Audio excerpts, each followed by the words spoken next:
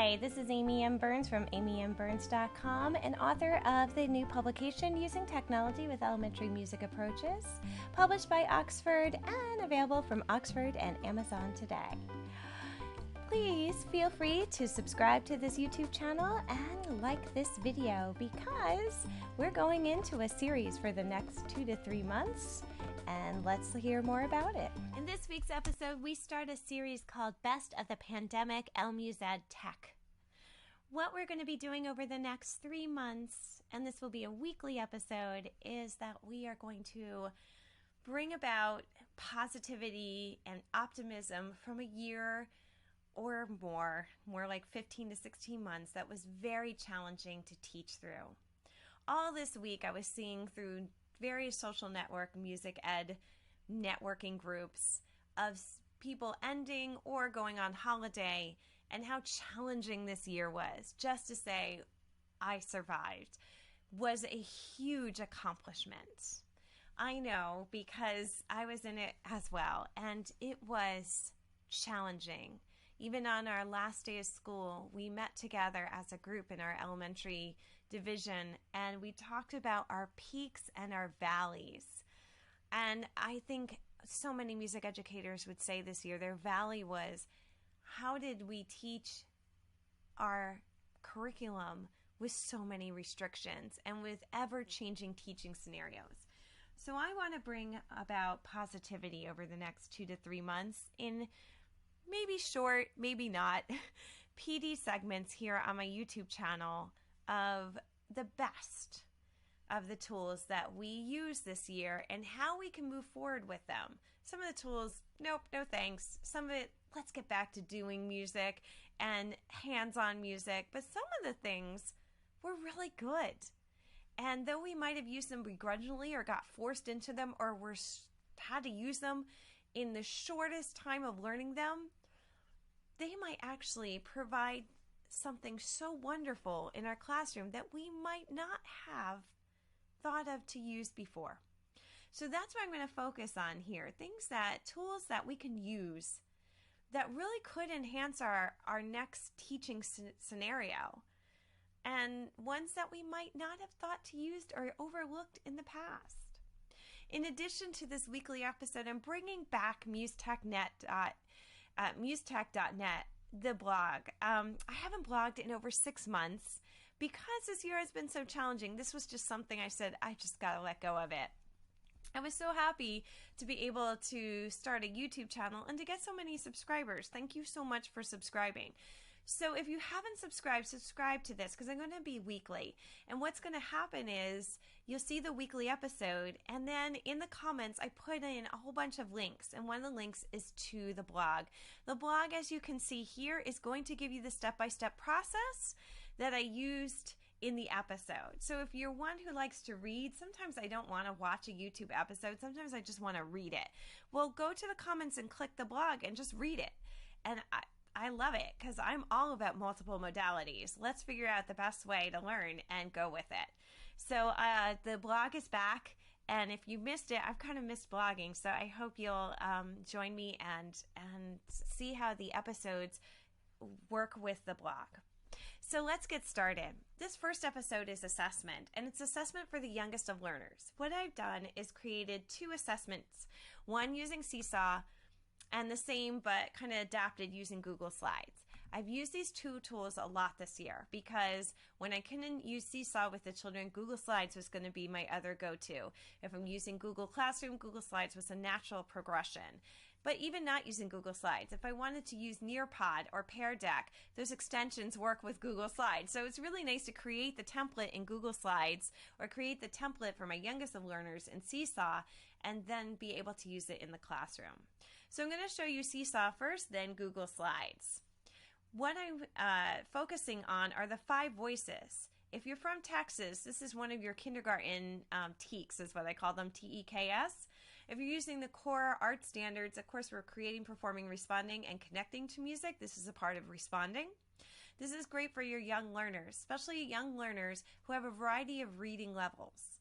If your administration is asking you to do student learning objectives, to match your standards, to show your standards, to show data that they're learning, then this is a great tool to use for your youngest of learners because their variety of reading levels prevents you from always being able to give them a pre and post test that revolves around reading.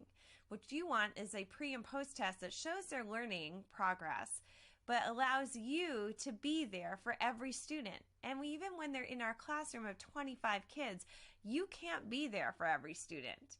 So if you could use one of the technology tools you used this year, where even though you can't be in front of all 25 students, because you have to help the student that has the most learning needs, then what if you could do this with technology? That's what I'm going to show you today. First, Seesaw. Using a Seesaw activity, what I've done is use their new adaptation of their audio tool. Previously, their audio tool was very basic, but then they really amped it up and leveled it up this past spring. You can now add 20 audio excerpts onto one slide. Even if you're in free Seesaw, you can do this. And if I'm wrong about that, I apologize. There might be limitations. I will just say that caveat. There's always limitations. But as you can see on this slide alone, I have 1, 2, 3, 4, 5, 6, 7, 8, 9, 10, 11 audio excerpts on this one slide alone. This is great. And with Seesaw, when you click play on one and then click play on the other, the first one stops midway. So they'll never actually overlap audio-wise. Love that about Seesaw. Thank you for that. So this is assessing the 5 voices. They are to draw a line from the word to the proper example. And because your readers might not be able to read the words, all of the audio tools are there telling them what's written on the page. So how did I create this? Well, first I started with Canva. If you don't know Canva, Canva is free for educators. And again, the links are all in the comments, or if you hit the blog, the links are over in the blog. Canva free for educators. I started with a Canva presentation. That means starting with a new presentation. So it's in presentation mode so that it will fit a slide pretty easily.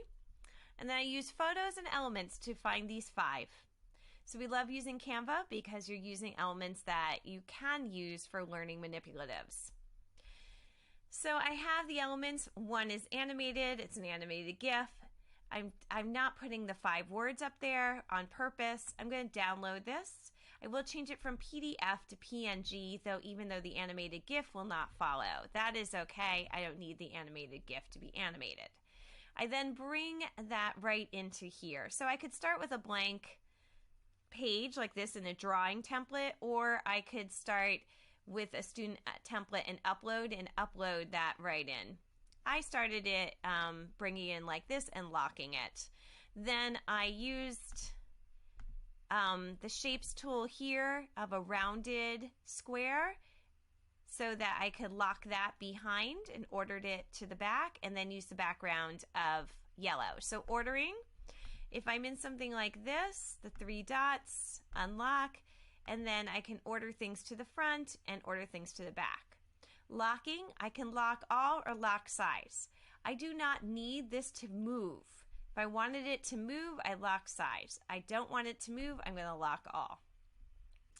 So now I have this and this and this, meaning the picture, the square, and the background. I use the text tool. I use this text tool right here to make speaking, singing, whispering, calling, and inner. Once you use the text tool, that is how you can change the color. Okay. And then to change the style, I go into style, and I like this style here, the A with the circle, so there's no outline around it, no box or anything like that. To add the voice, I go to the 3 dots and voice. Voice, I have 2 options. As music educators, we love this. One, we can record into it, so I can record everything here that's on the page, or 2, upload audio, which was great if I'm trying to upload an audio excerpt of Beethoven's Fifth. Now, let's start with the first one. I'm going to actually record my voice. Before I do that, I can use the internal microphone that's on my laptop or on my iPad or on my Chromebook. However, if I'm using a laptop or a Chromebook or a Chrome web browser, make sure you go into settings, the three dots, and down to settings, and then put in micro. I would put in microphone to make sure that it's being allowed, but also that I'm using the good Yeti mic. I don't want it to use the internal mic. My Yeti mic is a really nice mic that I'm using right now. If it's not enabled, if you have not enabled Seesaw, you know from this year that once you hit this voice, it's going to ask to enable, and you hit record voice, it will ask to enable the microphone. As you've been telling your students on Chromebooks all year, hit yes, enable the microphone. So I click the record voice, and now it's recording. When I'm done, I could pause it like that and keep going, or click the check. So now I have the recording. Take a listen. And now it's recording. When I'm done, I could pause and keep going. So as you know, I paused it. What I like about this recording right now is there's no click that you started and click that you stop. However, I believe that when I save these, that test button will now, the audio will have the click and will for the start and stop. If that's the case, what I usually do is record my audio using an iPad. It doesn't seem to do that there, but I have known it to have that stop and start click once you save it. So that's one way. You can just click right into it and record your audio. It's great. However, for something like this, listen to this calling voice. Come over here. So there's a lot of reverb there on purpose, and there's a lot of reverb. So it's a different style. Why? Because I uploaded the audio. What I did is I went over to Soundtrap. Now, if you're doing this just for you to use, you can use the free version of Soundtrap. If you're going to use Soundtrap with students, use the EDU, and that's a paid version. But using the free version of Soundtrap, I can make this calling voice. As you can see, I've created a bunch of separate tracks for every voice that's on that Seesaw and Google Slide activity. When I went to record it, I clicked on, made sure I was using Yeti, and I made the reverb real loud to make that calling voice sound louder than it actually is. And then just hit record and record it in. When I was done, I muted all the other tracks and clicked save. Once I click save, that little mixing will have that download button that you saw there a few seconds ago, but it won't be grayed out. You will be able to download it, and because you're inside the studio, it's downloaded as a WAV file.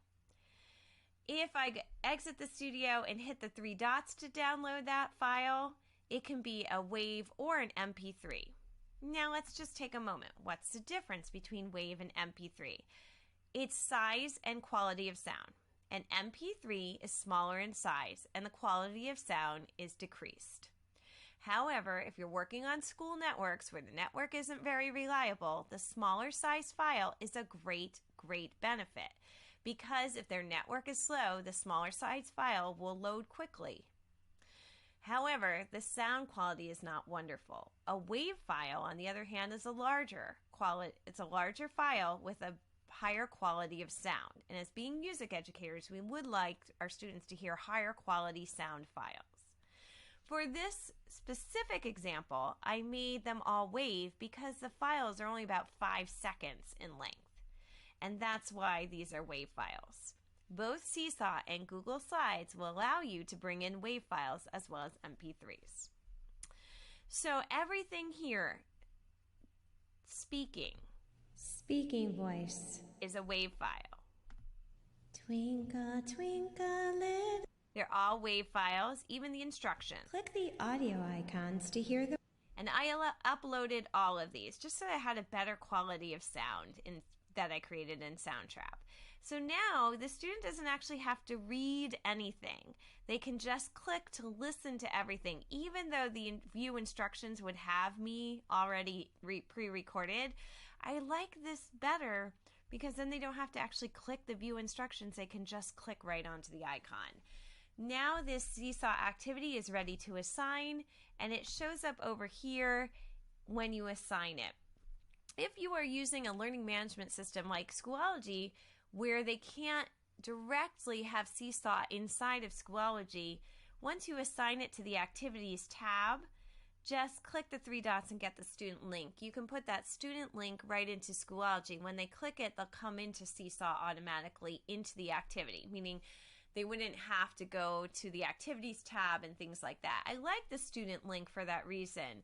It allows the students to directly go into an activity in Seesaw without having to click the tab, find the activity when they're inside of Seesaw. So it's just a little bit more of a direct link. This Seesaw activity is shared with you in the comments as well as on the blog. Now, if you go into Google Slides, it's a little bit different. I just adapted it a tiny bit because they don't have a drawing tool in Google Slides. So we use the line tool. So that's what I did on the Google Slides. I adapted the instructions and the instructions recording to say you're going to use the line tool. Now, when I did this, I uploaded this as a background and then inserted the audio. Again, the WAV file is fine, and it talks to these instructions, which talks about the line tool. They can go right into the next slide if you have this in full view mode by clicking the arrow. And again, everything is an audio file, so they don't actually have to read.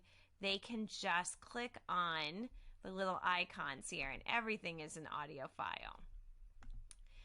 Therefore, they can use the line tool to draw. Now, if you're using Google Slides, like I was using Google Slides in the older grades, if you're using this with younger grades, you can put this into their Google Classroom.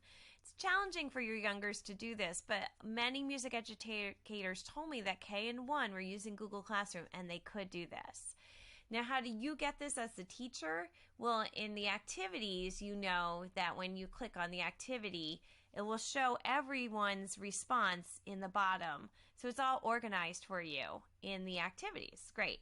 In Google Classroom, you could put this as an assignment. So when they turn it in, you have it right there in Google Classroom. And you can show your administration then without using paper or pencil, without worrying about the students if they could read, by also having audio icons that are you telling them the directions. It's like each one of them has you in front of them.